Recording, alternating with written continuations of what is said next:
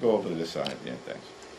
Captain Swartz with Notice. I'm wondering about the future of Ukraine funding beyond this bill into 2024. Growing number of Republicans have expressed doubt over funding for Ukraine. What do you see as the long-term future for Congress in terms of funding this war? This is what confuses me, because when I was growing up, I was told that Republicans were the party of national security. That was the case apparently under Ronald Reagan and George H.W. Bush.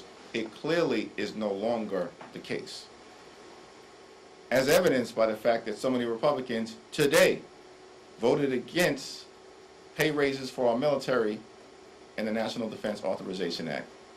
The fact that Republicans have been taken over by the extremists and the traditional national security Republicans are on the run is evidenced by the Republican resistance to supporting the war effort in Ukraine. It doesn't take a rocket scientist, if you are serving in Congress, immersed in these national security issues, to understand that if we allow Vladimir Putin to run through Ukraine, that his next target will be a NATO country, which means that American military men and women will be in the fight.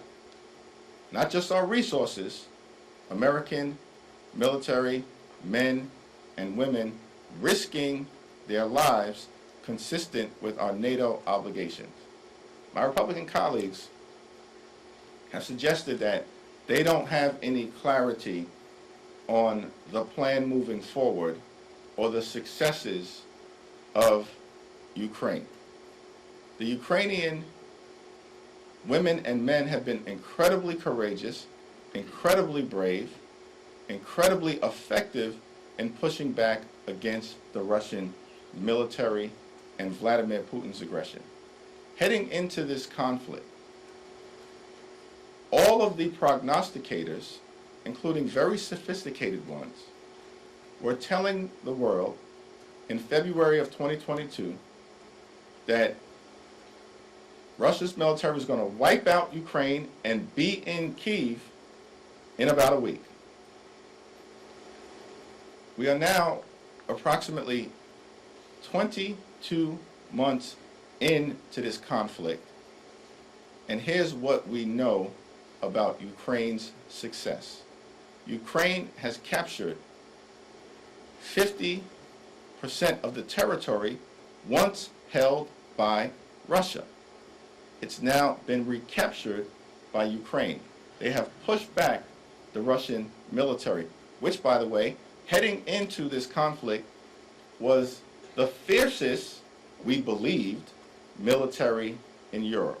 Stronger than Germany, stronger than Great Britain, stronger than France.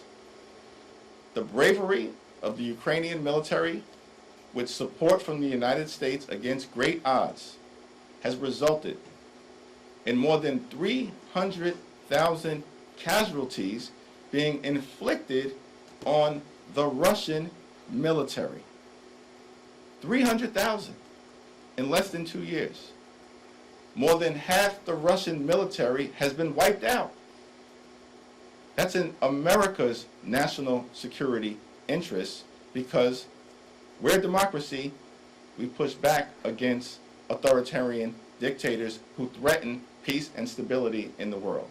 And so it's just not clear to any of us who understand these dynamics how our Republican colleagues can push back against wanting to fund the Ukrainian war effort in America's national security interest.